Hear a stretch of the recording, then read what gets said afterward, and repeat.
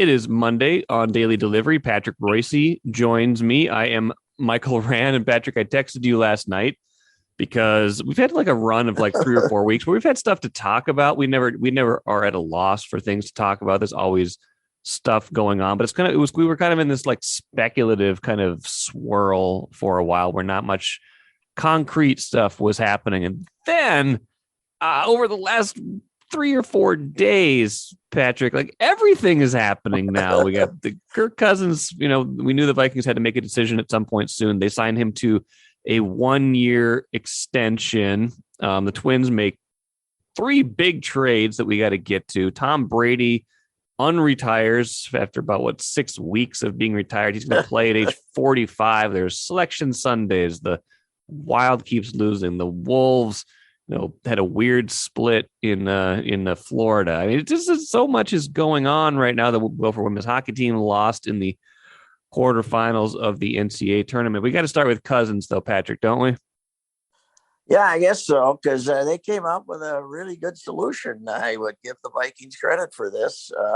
We all thought that if they were going to extend him, you'd be stuck with him for 4 years, right? But they managed to give him $35 million worth of new money, all guaranteed, and still lower their salary cap by 14 million or something. They're almost compliant with the league year approaching here. And I think it's a what you have to remember is he's got a no trade clause. So he's your quarterback for the next 2 years, but that's okay because you didn't have any other options anyway. So that was you got him for 2 years. That's all you want him, and we'll see how it plays out. But 30 they managed. They put 2 dead years on the back of it, right? Yeah, so 2 void years. Yeah, you got 2 voided years where you take a $12 million hit on your salary cap, but really the way their revenue is going up in the league, that's you can handle that a couple of years down the road. What you couldn't handle was 45 million this year. So sure. So he ends up getting 35 million more in new money. He always gets new money, and he always gets 100%. So his agent, if I was an NFL player, I'd be hiring Mike McCartney, because when they say, so how much of this do we have to guarantee? He says 100%. Right. So, Kirk has always got all of his money, and I give him credit for that. And you got the 12th best quarterback in the NFL, so that's okay. I hate it. I hate it because I felt like once Rodgers came back that they needed to hit reset at quarterback. We've seen 4 years now of Cousins here. We saw a few more years in Washington before that. And it's not all him. You're right. He's probably the 12th best quarterback in the league, which is, in a 32 team league still means something. But with all of what's going on right now, and now Tom Brady coming back, with Aaron Rodgers probably going to be in Green Bay for the foreseeable future, like, I just feel like you can win in a meaningful way. It felt like a cop-out for the new brain trust from Kwesi Adolfo-Mensah, from Kevin O'Connell, to whatever extent he can make these decisions. It felt like this is something Rick Spielman could have done. I was ready for something better. This is a Brzezinski figuring it out deal, that's for sure. So yeah, I guess so, but I don't know what better was, because you're going to have to break the bank to get, you're going to go get Deshaun Watson and hope he stays out of civil court and doesn't get suspended for too much. And I don't know what better was. Where were you going to go get something better? That's the problem. There's nothing better, in my opinion. I don't know where you go. And the other thing about Green Bay is they still have serious salary cap problems, so they're not going to be as good next year as they were this year. So you can maybe compete with them. So, but we got to find out what they do here now.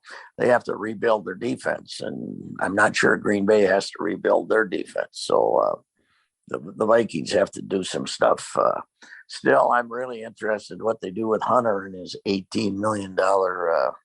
But you have to give him $18 million for it's roster bonus, coming up in a few days here. Roster bonus. That's going to be extremely interesting. But I think all those stories that we were reading going up here, the speculation that you see about how they were going to really, overdo this, turn over this roster in a big way.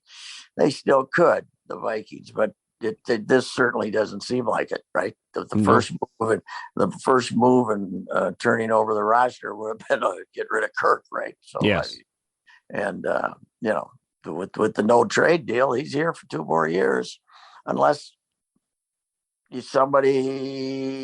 unless you're going to trade him and somebody's going to give him more money, right. to waive the non-trade thing. So that's we may not be getting the big roster overturn that we thought we were going to get here. That's for sure. Somebody on that.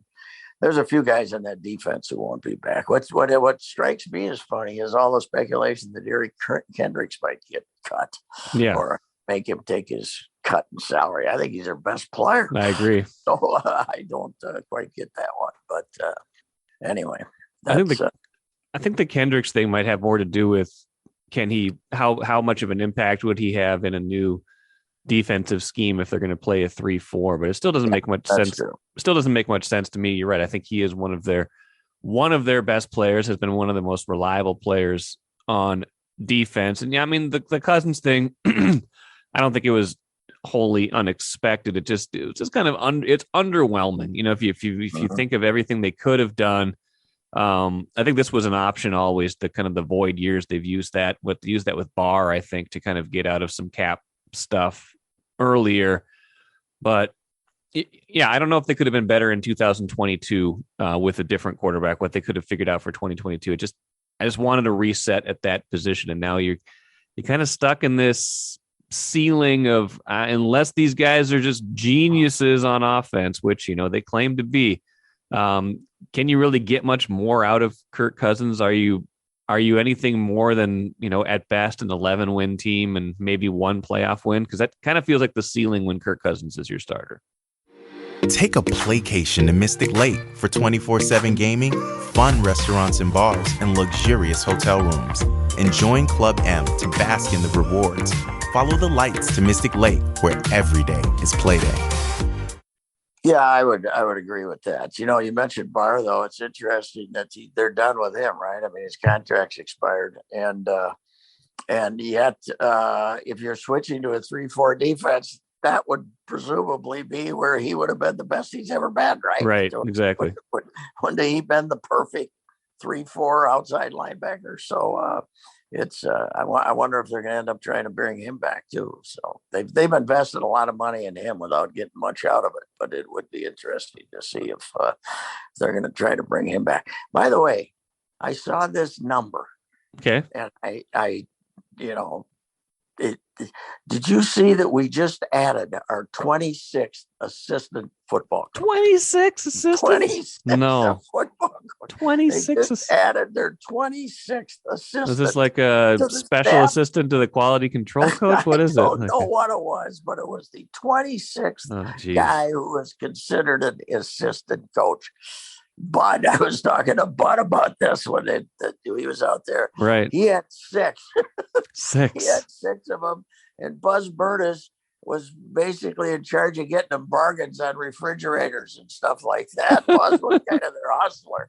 They had 5 guys who coached positions, and then they gave Buzz some title, and Buzz would find them deals on stuff. So it's amazing. Yeah, 26. 26. What are they all going to do? It's like, man. Well, the Gophers have like a 25-person football staff too. Our school system would kill for those ratios. That's like one coach for every 2 players. Right. That's true. It is unbelievable. That's I saw that. It's incredible. But there's shoes to drop there too, for sure. I would think they're gonna have to sign a couple of defensive guys here, aren't they? Yes. Oh yeah. Let's see if we're the Rick Spielman always wait to the 3rd day to sign somebody, or if they're actually back to the the times when they jump in early and get somebody. I mean, they weren't free agents, but Jared Allen or Steve Hutchinson or somebody like that. Let's get it. I'm a big fan in all sports of difference makers. Yes. I like difference makers. That's why Spielman drove me nuts, trading down to get 14 7th round 5th, picks. 6th, and 7th rounders instead of 2 third rounders. He drove me nuts because you sign in, you drafted a bunch of 6th and 7th rounders. Basically, you're drafting guys you can sign as free agents off the undrafted free agents. So I would like to see these guys sign a difference maker or two, but we'll see. Now, what do you think? I think they need one more offensive lineman too, right? Yeah, they need a guard. They need at least one corner, if not two. The defense has more holes, it feels like. But yeah, guard maybe on offense is what we've been hearing. But yeah, the defense certainly, especially now that Cousins is in the mix still, the offense, if they're definitely pivoting to an era where the offense, at least for a while, is going to be ahead of the defense and get more of the that they're going to be leaned on to win more than they ever have in recent years. I think if you're full analytics, do you feel like you're spending too much money on your wide receivers when you have Jefferson to pay here pretty soon? I think you do. I think you feel like you're spending too much on your running backs too. Yeah, that's true. Especially Delvin, but because he's great, but he gets hurt too often. And right. I never thought I'd feel sorry for running backs in the NFL, but they basically are lucky to get a second. You use them up and let them go. I know it. Probably going to be the case here, but yeah, there's going to be a lot of Viking news between now and the draft. That's for sure. Well, I didn't like the Cousins move, but I get it. I understand it. I don't quite understand what the Twins are doing right now. The Sonny Gray, Chase Petty trade absolutely makes sense, right? You need a starting pitcher. Sonny Gray is a good starting pitcher. He's fine. He'll help the rotation this year. And even the initial, Garver trade to Texas, it's like, okay, well, they got a shortstop now, but then they traded the shortstop and Donaldson. And I know they've been dying to get out from underneath Donaldson's contract. So they get out from underneath Donaldson's contract, but they bring back Gary Sanchez, who, I guess he's had some years. He's been a 2-time All-Star, if I'm not mistaken, but he hasn't hit much at all lately. And they already have Ryan Jeffers at catcher and, Gio Urshela, who, I guess could be your third baseman or your shortstop potentially. But what are they doing, Patrick? What's up over there? Well, if I was Derek Falvey, I'd feel like a complete moron after all the quotes about Kiner Falella or whatever. But we think he can win a Gold Glove and all this. Why are you saying that crap? Just don't have a news conference. Or just say, well, yeah, he maybe could be our shortstop. You don't have to praise him to the highest when you're going to dump him to the Yankees so you can get rid of Josh Donaldson. This is, they look like complete fools. They gave Garver away to basically so they could get rid of Donaldson. That's what the bottom line here is. The Yankees, who probably they didn't want to go spend big for a shortstop. They already said that. So this guy can be one of their shortstop candidates there, right? Isaiah Kiner Falella. Is it Falella? I don't know what it is. Falella, I guess. We never had to figure it out. We didn't. No, we never. We had him. I said he must have really looked bad on taking ground balls or something. They traded him, but I was absolutely. In fact, I didn't see it, and all of a sudden I got a text that I think was a text from you. Another big Twins trade. Yeah. I said, what? This was like 11 last night. Yeah.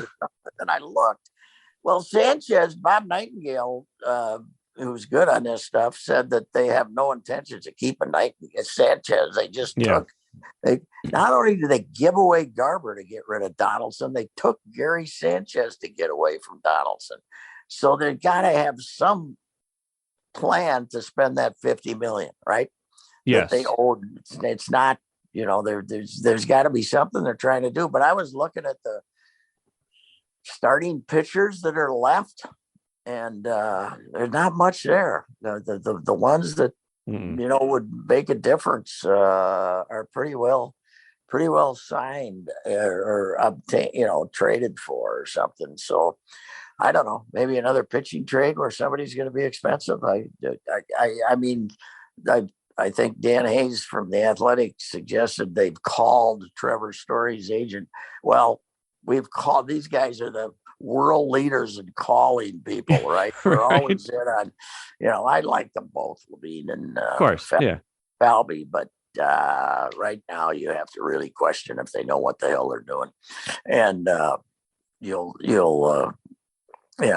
but they're always calling, they're always leaking out the information. Yeah, we're calling, we're interested in this guy. We called on Max Scherzer or something. They're left a voicemail telling us that. Well, Story makes absolutely no sense unless you're willing to admit, boy, did we screw up when we took the number one guy in Royce Lewis, right? I mean, you're writing off Royce Lewis because you've already signed. The other option was to move him to center field, and you've signed Buxton. So yes, he better be your center with the money you gave him. He better be your center fielder for the next 5 years, right? Yes. So it makes no sense because I don't know. You're going to play Gio Urshela at shortstop this year for a year. And by the way, I saw sometimes these like MLL trade rumors or something, these guys are supposed to be like wired in and they're morons. They threw out Miranda, the third baseman from the Saints. Yeah. He's slower than me. He can hit, but he's not an athlete.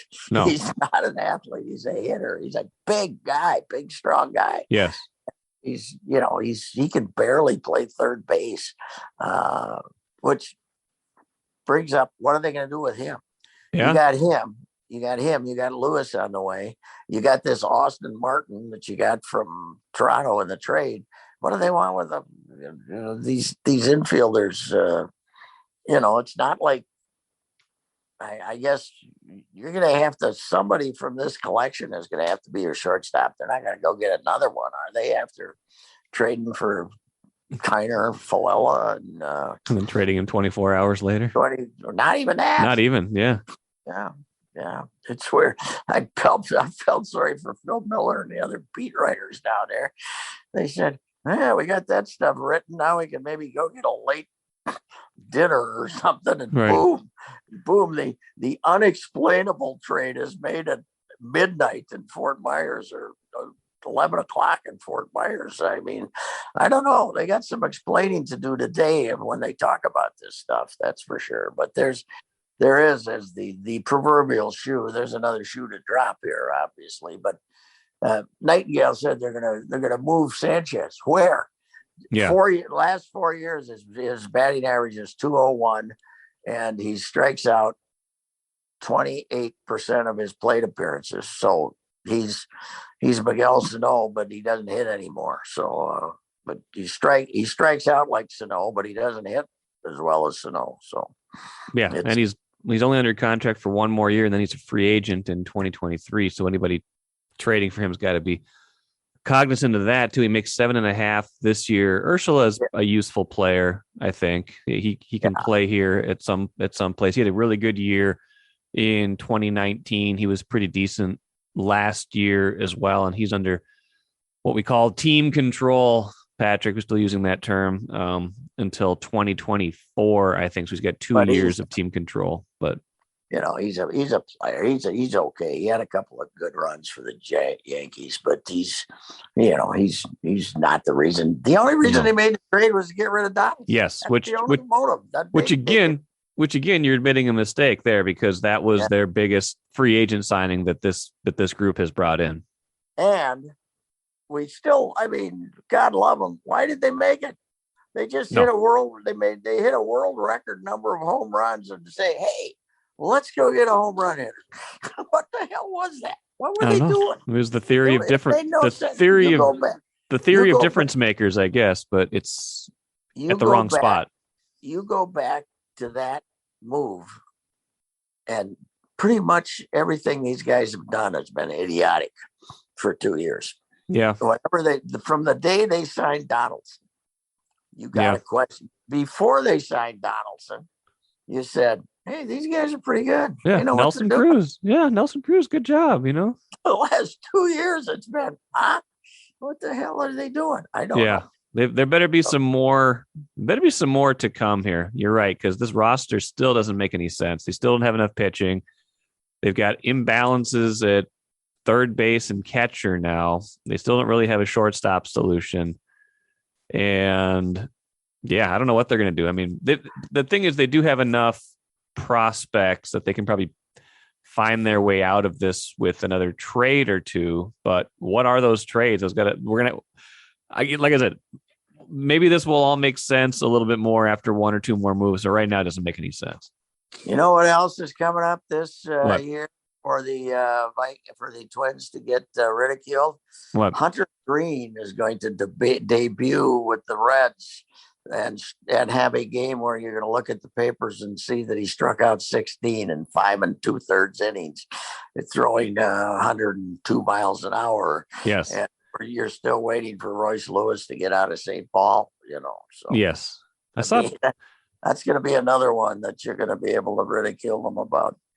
I saw Hunter Green pitch for, I believe, the Dayton Dragons when he was. It was just happened to be on our annual baseball road trip. I think it must have been 2018, and so it was Class A, and he was lighting up the gun over 100 at that point. It was just like, okay, we'll see how this guy does, and now he's probably about ready. But yeah, that's a good point, because he was the phenom, right? He was the obvious choice, and they liked Royce's commitment to baseball and what a nice guy he was, and good guy and driven, and he sure seems to be all those things. But that was a very ill-timed knee injury, wasn't it? What was it? Knee? What is it? Yeah, knee it was wasn't it ACL? It was ACL that he slipped on the ice in Texas, right? Yeah. Well, that's another thing. You don't want a guy moving to Minnesota who's got an ice slipping problem. That's true. April, we're going to be playing here in April. We got the possibility of ice here still on the street corner. So be careful. Be careful, Royce. I don't know. Yeah, it's. I think I just gave myself an idea, though. Go back to the Donaldson trade and say, what have these guys done? So yeah, there you go. We're talking it through. Well, I mean, yeah, and I guess the bottom line is it's good to be talking about these things again instead of all the labor stuff. They feel like they work. It's warp speed ever since. I mean, and we knew it was going to happen, but it's been warp speed ever since they settled this thing late last week. Mike, what are they going to do to have? Here's the problem. When the season starts, all these teams, they haven't said anything about increasing the roster, right? So you're going to start with 26, right? And you know what that's going to mean, don't you? 14 pitchers. Yep. You're going to start the season with 12 players with a team like the Twins, because there's no way in 3 weeks you're going to have a pitching staff ready, starters ready. And so all of us who hate the use of 6-7 pitchers a game are going to be sick of baseball by April 12th. Starts April 7th. By April 12th, I'll be saying, I'm never watching these jerks again. I got to see all these pitchers come in, So there's no way you can get them ready in this time. Because remember, with starting pitchers in spring training, they pitch 1 the first time out, they pitch 2 the second time out, they pitch 3 the third time out, and then they maybe pitch 5.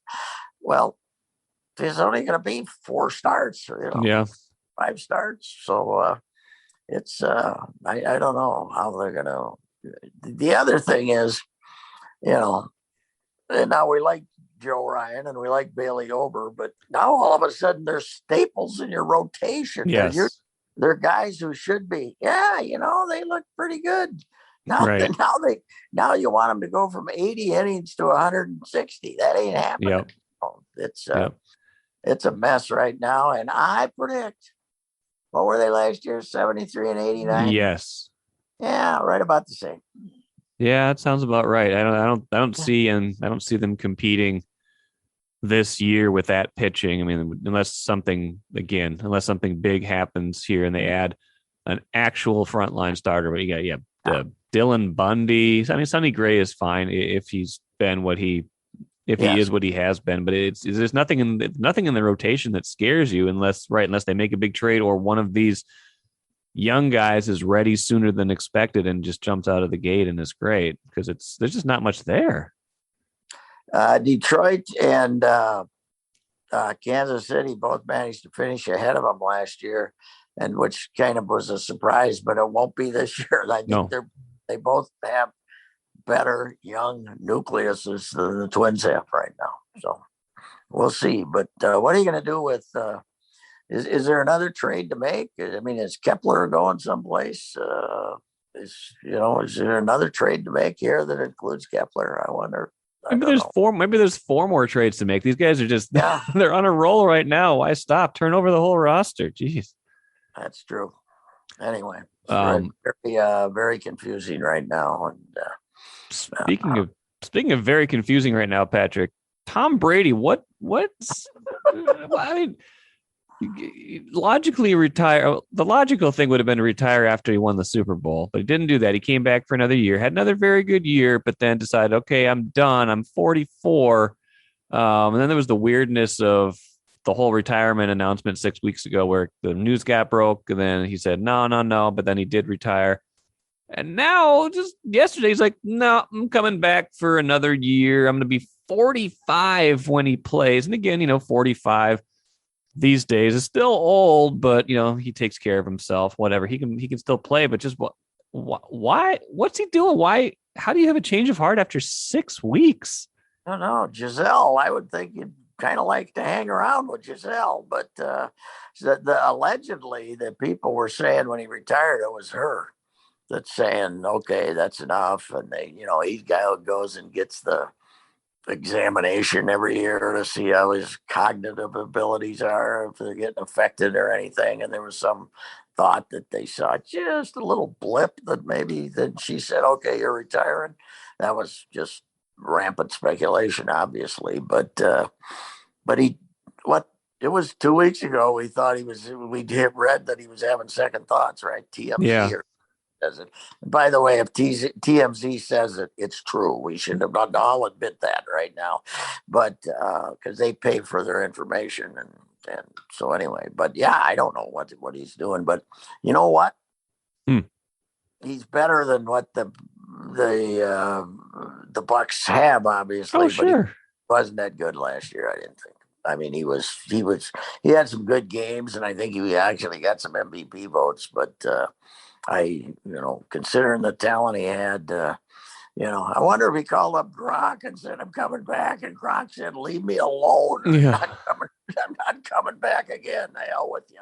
So, I don't know. He just obviously needs it, loves it, wants to put up records that no one could even imagine. Maybe he sees I don't think Rodgers could break his records, could he? But maybe. I don't know. Rodgers plays 4 more years. Isn't it? How can quarterbacks play at that age? What's happened in this league? They don't get hit anymore. Is it because they don't get hit anymore? Maybe. Yeah, maybe. And people are taking care of their bodies better. And there's the science of how to take care of yourself. But I think a lot of it, you're right, is that they just don't get hit as much. They're and they know how to take a hit. And, I think Rodgers is pretty good at avoiding hits, at least the big kind of crushing blows.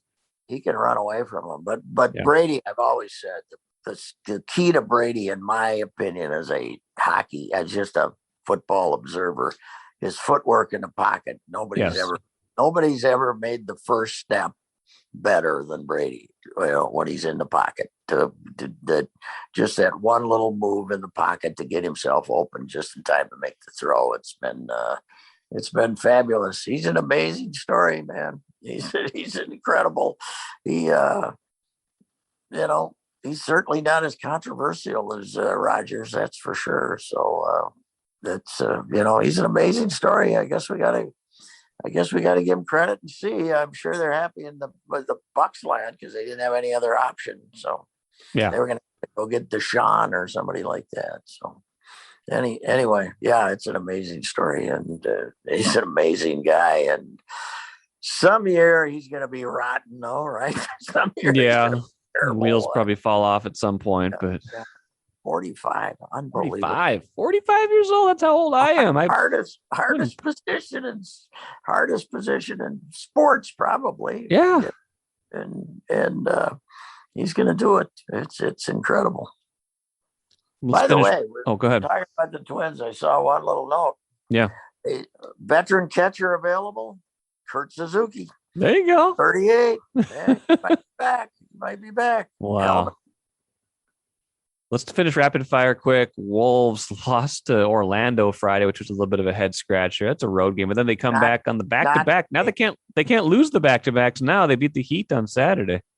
Not to me. I had it 100% that they were going to lose to Orlando. I saw Orlando kill them here in like November. Oh yeah, that's right.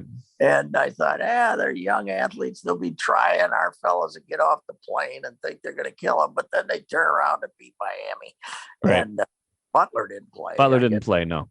What's he just choose not to play once in a while? I don't know. I don't know what his deal is. He's Jimmy.